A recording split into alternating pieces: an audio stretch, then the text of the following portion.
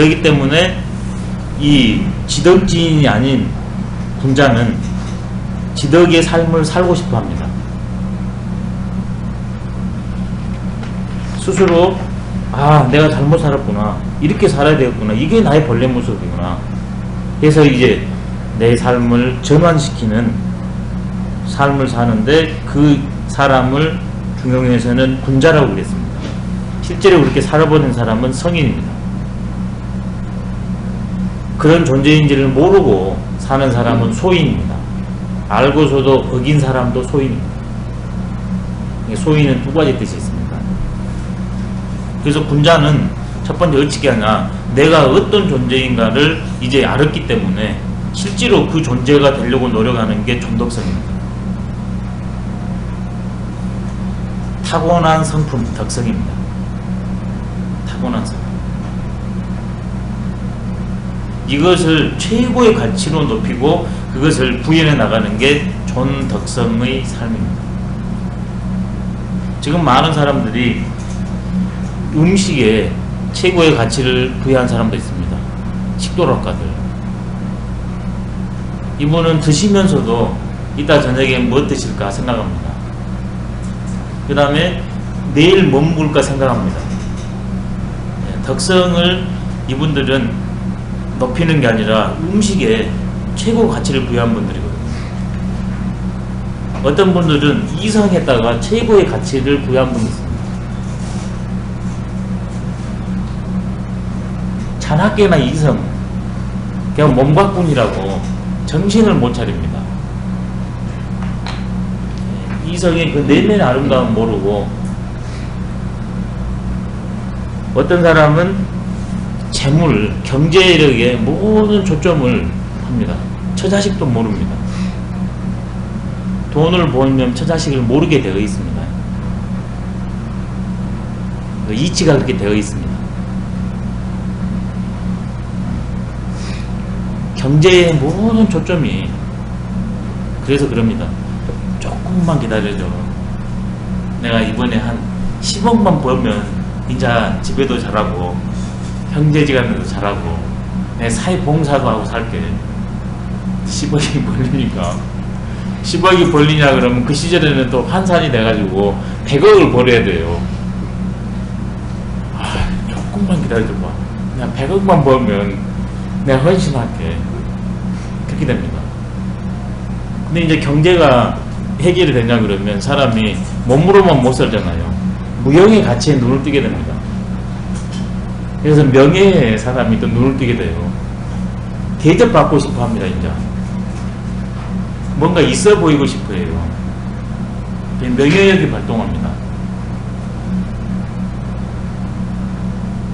그 다음에 이제 예술 같은데 고상한 거, 예전에는 이제 내가 몸으로 막 흙먼지 하고 있는데 이제 그런 거 싫어요. 우리 좀 먹고 사니까 3대 업종 안 해버리지 않습니까? 고상한 걸 찾습니다. 예술을 지향합니다. 그리고 사람들이랑 만났을 때 맨날 묻고 이성, 돋보리 이거 말하면 식상하거든요. 이게 지적 욕구를 통해서 조금 이런 좋은 말도 하고 해줘야 됩니다. 이게 공부를, 지적 욕구를 충족시키는 그런 공부를 또 하게 됩니다. 또 어떤 분은 아예 이제 권력의 세계로 진출을 합니다. 내가 이게 보고 배우고 느낀 걸 가지고 나처럼 다른 사람도 이렇게 행복하고 자유롭게 해주겠다. 이게 권력욕이거든요. 근데 이게 어느 순간 아니다 싶은 사람들은 바로 이 덕성의 자리에 존덕성의 삶의 모든 걸 바쳐버립니다. 삶의 전환기가 한 번 옵니다. 부귀공명이 아무것도 아니라는 것. 지적 욕구나, 그 다음에 예술적 욕구나, 그 다음에 경제적인 것, 그 다음에 식색이 아무것도 아니라는, 귀하긴 귀하지만 인간 삶에 없어서는 아니지만 본질적인 것이 아니라는 그 어떤 계기가 왔을 때 이 길로 확 튼 사람들이 있습니다. 아니면 사그라져 버린 사람도 있고, 아니면 갈등하는 분도 있습니다. 그런 계기가 왔을 때 이쪽으로 완전히 오는 사람이 존덕성입니다. 우리한테 다 이런 기회가 오고 있습니다. 아마 오셨기 때문에 또 이런 공부를 분명히 하시리라고 봅니다. 이렇게 전독성으로 돼버리면 그 이전의 삶하고는 가치 기준 척도가 다르니까 분명 나를 바라보는 거나 타인이나 세상을 바라보는 것, 언행이 달라질 수밖에 없습니다.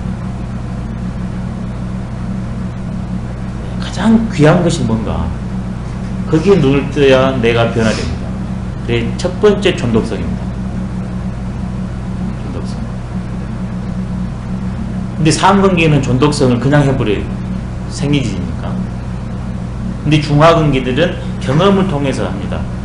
근데 상근기는 철저히 자각해서 이 길로 전환하는데 중하근기는 언능 전환을 못해요. 뼈저리게 자각을 해야만이 이쪽으로 전환하거든요. 그래서 중하근기를 위해서 도문학을 배려를 해줍니다. 중하근기에도 뼈저리게 자각하는 사람은 전독성으로 금방 와버립니다. 근데 뼈저리게 자각하지 못한 중하근기를 위해서 전독성 문을 열어줘요. 학문의 세계를 통해서 딸을 쫓자 이쪽으로 오게 해줍니다. 이 군자는 성인이 전독성법과 도문학법을 다 열어줬으니까 그 두 개를 동시에 쫓아가요. 근데 우선순위가 있어야 됩니다.